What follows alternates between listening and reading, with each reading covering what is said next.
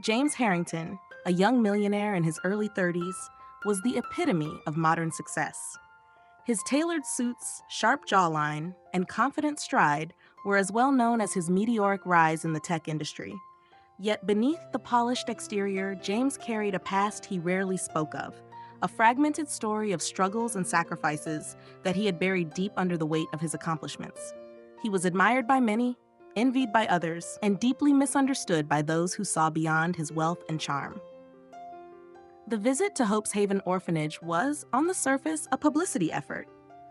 A close friend had suggested that James could soften his image after recent headlines painted him as cold and profit-driven.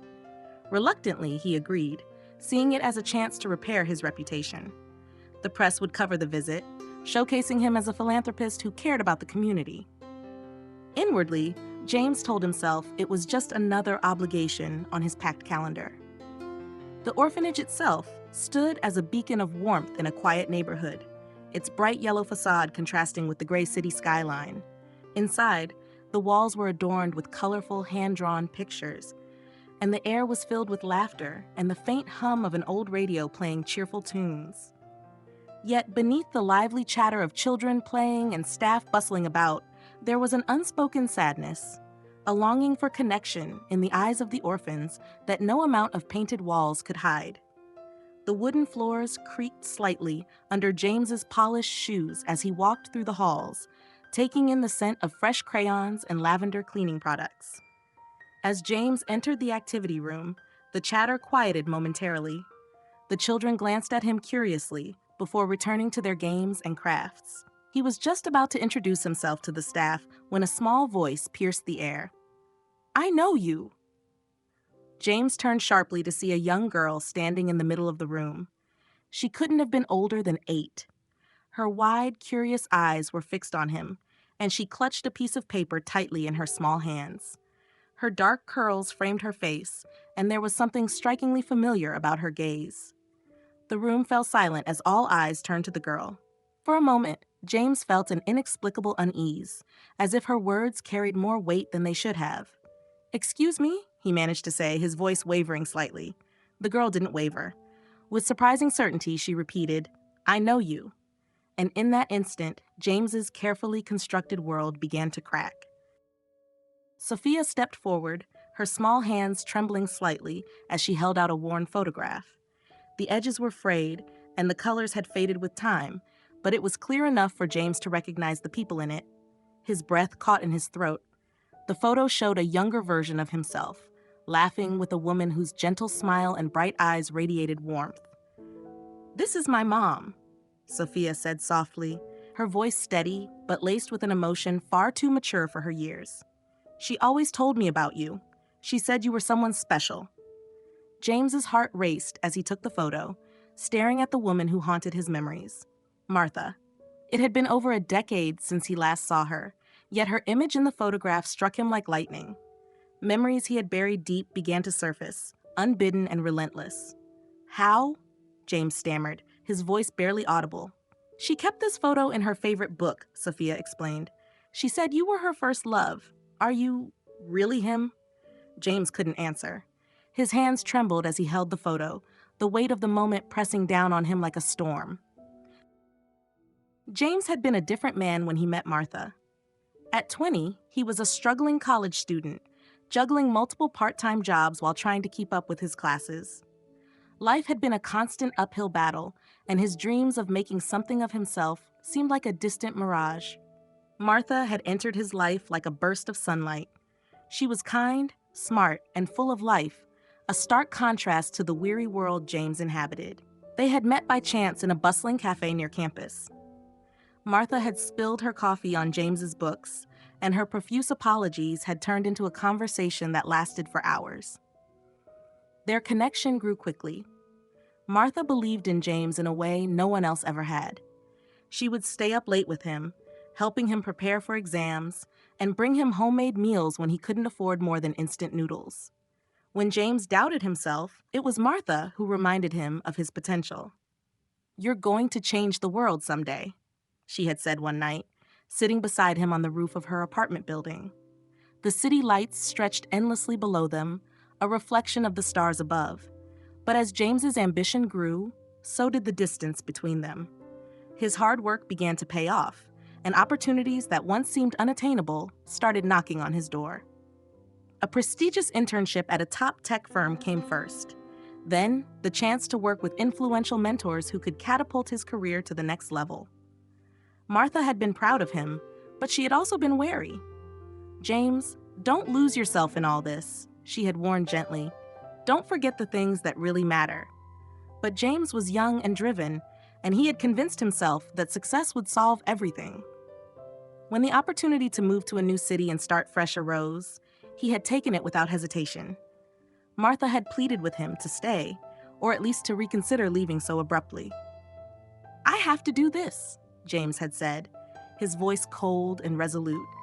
"This is my chance to build the life we talked about." Martha's voice had cracked when she replied, "The life we talked about was supposed to include us." They had parted ways that night, their last conversation marked by silence and tears.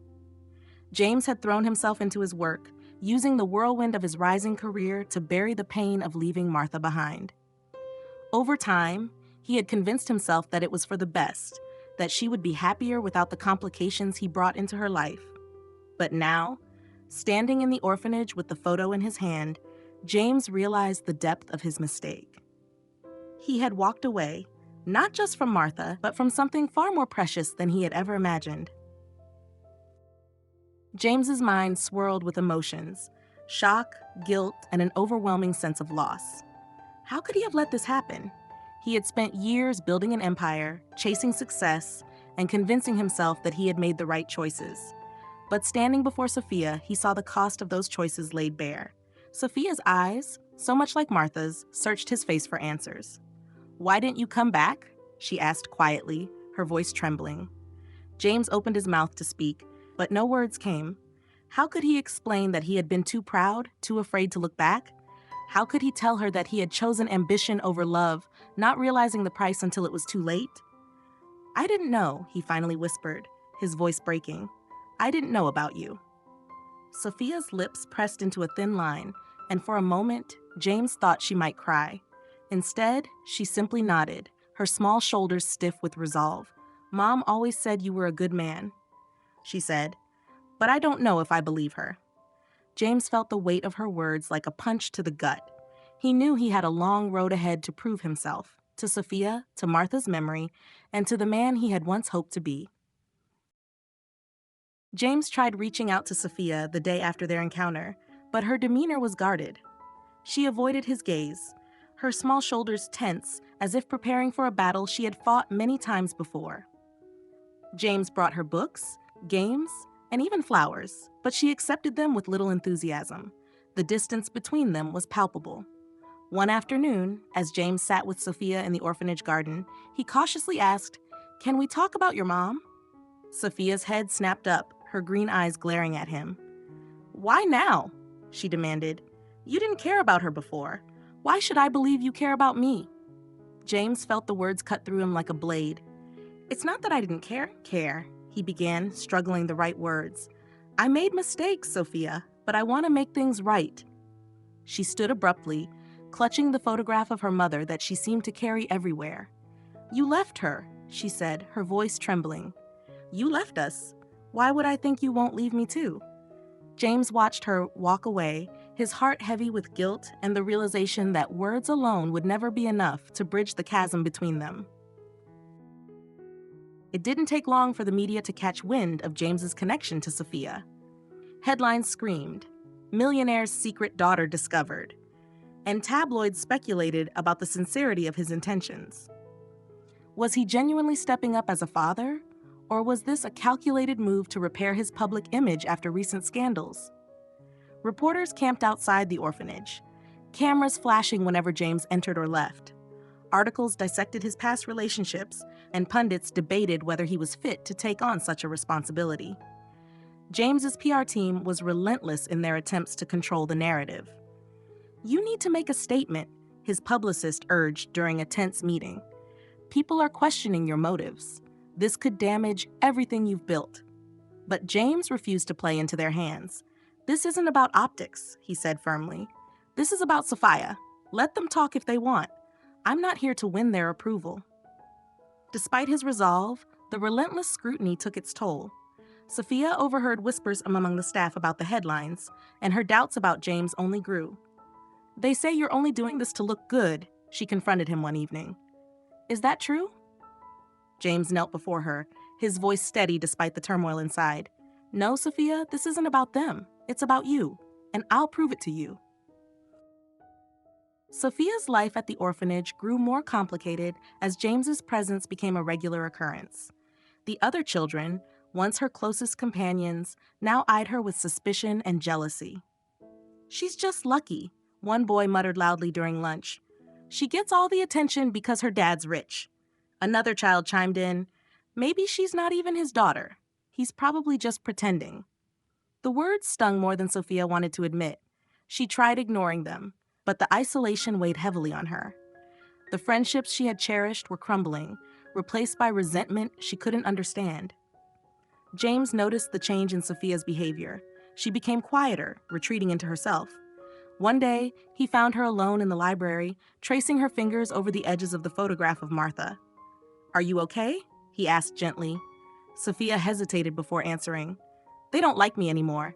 They think I'm different now." James felt a surge of protectiveness. "You're not different, Sophia. You're still you.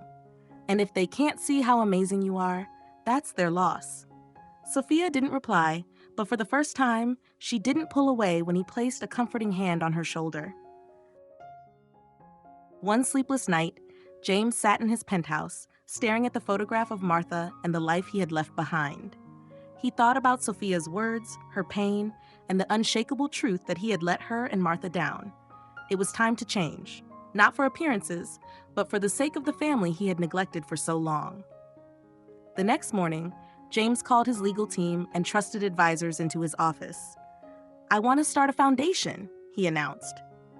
"It will be named after Martha, and its mission will be to support children in need, education, healthcare, and homes." His team exchanged surprised glances. One ventured, "This is a huge undertaking, James. Are you sure this is the right time?" "It's the only time," James replied firmly. "I've spent years building an empire, but what good is it if I can't use it to make a difference?"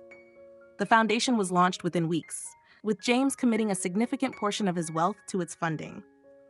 He personally visited orphanages, schools, and hospitals, ensuring that his actions spoke louder than any PR campaign could. When Sophia learned about the foundation, her skepticism began to waver. James brought her to the launch event, where he spoke openly about Martha's impact on his life and his promise to do better for Sophia. "She believed in me when no one else did," James said, his voice thick with emotion. "And I'm here today because of her. This foundation is my way of honoring her memory and making sure that every child, like Sophia, has a chance at a better life." As he stepped off the stage, Sophia stood waiting for him. She didn't say a word, but reached for his hand. James felt hope stir within him for the first time in years. The journey to building trust with Sophia wasn't easy. James knew that he couldn't simply win her over with words or grand gestures. He had to show her, day by day, that he was there to stay. James began by making time for the small but significant moments in Sophia's life. When the orphanage hosted its annual talent show, he was in the front row, cheering louder than anyone as Sophia performed a simple yet heartfelt piano piece. Though she didn't win a prize, James clapped as if she had conquered the world. "You were amazing," he told her afterward, kneeling to her level. "Your mom would have been so proud." Sophia's lips curved into a shy smile. "You think so?" "I know so," James said firmly. Over time, James incorporated himself into her daily routine. He helped with her school projects, often turning their kitchen table into a flurry of glitter and glue. He read her bedtime stories, occasionally pausing to let her interject with her own imaginative twists. Slowly, she began to share small parts of her world with him. One day, Sophia asked, "Did you like to draw when you were my age?" James smiled. "I did, though I wasn't very good at it. But your mom, she could draw beautifully." Sophia's eyes lit up with curiosity. "Really? What did she draw?" "She loved sketching people. She always said faces told the best stories." Sophia thought about this for a moment before retrieving her own sketchbook. "Maybe I got it from her." James's heart swelled as he watched her flip through the pages. For the first time, he felt like he was seeing a piece of Martha in Sophia, a part of her that had survived despite the years they had lost. As Sophia began to trust James more, the walls she had built around herself started to come down. Their relationship blossomed in the quiet, unexpected moments. One rainy evening, James found Sophia curled up on the couch, holding a box filled with old photos and letters from Martha. He sat beside her, and together they sifted through the memories. "Who's this?" Sophia asked, holding up a picture of a younger James and Martha standing in front of a fairground. James laughed softly. "That was the summer we went to the county fair. Your mom convinced me to try the roller coaster. I was terrified." "Really? You don't look scared here." "That's because your mom was laughing so hard, I forgot about being scared." Sophia giggled at the image of her stoic father screaming on a roller coaster. It was a small moment, but it felt monumental, a glimpse of the bond they were building. Another time, Sophia asked James to help her bake cookies for a school fundraiser. Flour ended up everywhere, and their cookies came out misshapen and lopsided, but they couldn't stop laughing. When they delivered the cookies to the school, Sophia told her teacher, "My dad and I made these together." Hearing her call him Dad for the first time was a moment James would never forget. He knew then that they were finally becoming a family. As their relationship deepened, James and Sophia decided to visit the places that had meant the most to Martha. Their first stop was the park where Martha used to take Sophia as a toddler. Sophia pointed out the swing set, remembering how her mother would always push her higher and higher until she squealed with laughter. "Mom always said this was her favorite place," Sophia said, looking around the park. "She said it was because I was happiest here." James felt a pang of guilt. "I wish I had been here too." Sophia touched his hand gently. "You're here now." Their most meaningful visit was to the small house where Martha had raised Sophia. The modest home, though worn and weathered, still held traces of her warmth. The walls were lined with photos, and the garden was overgrown with flowers Martha had planted. Inside, Sophia found an old journal of Martha's, filled with notes about her hopes and dreams. There were entries about James, too, letters she had written but never sent. "She never stopped thinking about you," Sophia said softly, reading one of the pages aloud, "even when you weren't here." James sat on the worn couch, holding the journal as tears filled his eyes. "She was stronger than I ever deserved." Sophia hugged him tightly. "She believed in you, and so do I." It was in that moment, surrounded by the echoes of Martha's love, that James vowed to be the father Sophia needed and the man Martha had always seen in him. This chapter marked a turning point in their journey. James and Sophia were no longer just two people tied by a shared past. They were a family forging a new path together, one memory and one promise at a time. The day of the adoption ceremony dawned bright and clear, as if the universe itself was celebrating the union of James and Sophia. The small courtroom was filled with people who had become integral parts of their journey, staff from the orphanage, Sophia's teachers, and even James's closest colleagues. A soft hum of excitement filled the air as everyone waited for the judge to arrive. Sophia stood next to James, wearing a delicate white dress with a daisy tucked behind her ear, a nod to her mother's favorite flower. She clutched a small envelope in her hands, her face a mixture of nervousness and anticipation. When the judge entered, the room fell silent. The proceedings began with formalities, but it was when the judge addressed Sophia directly that the emotion in the room became palpable. "Sophia, do you accept James as your father?" the judge asked kindly. Sophia glanced up at James, her wide green eyes sparkling. "I do," she said firmly. "And James, do you accept Sophia as your daughter?" James knelt beside her, taking her small hand in his. "With all my heart," he said, his voice steady despite the tears welling in his eyes. The gavel struck, marking the official end of the ceremony. Applause erupted as James lifted Sophia into his arms, holding her tightly. For the first time, he felt complete. After the ceremony, Sophia stood before the crowd with her envelope. "I wrote something for today," she said shyly. With James by her side, she began to read. "Dear Dad, Mom always said that love means giving people second chances. I think she was right because you've shown me that. I forgive you for not being here before because now you're here when I need you most. I know Mom is watching us, and I think she's proud of us for being brave, for loving each other, and for being a family. Sophia's voice broke as she added, I love you, Dad.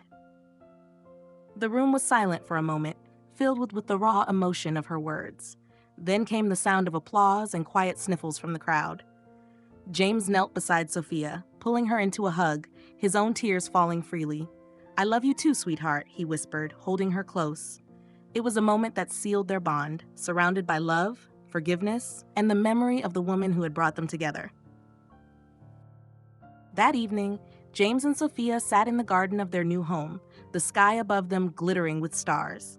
Sophia leaned against James, her head resting on his shoulder. Do you think Mom can see us? She asked softly. James looked up at the brightest star, his heart swelling with love and gratitude. I'm sure she can, he replied. They sat in silence, the vastness of the universe above them, bound together by a love that transcended time and loss.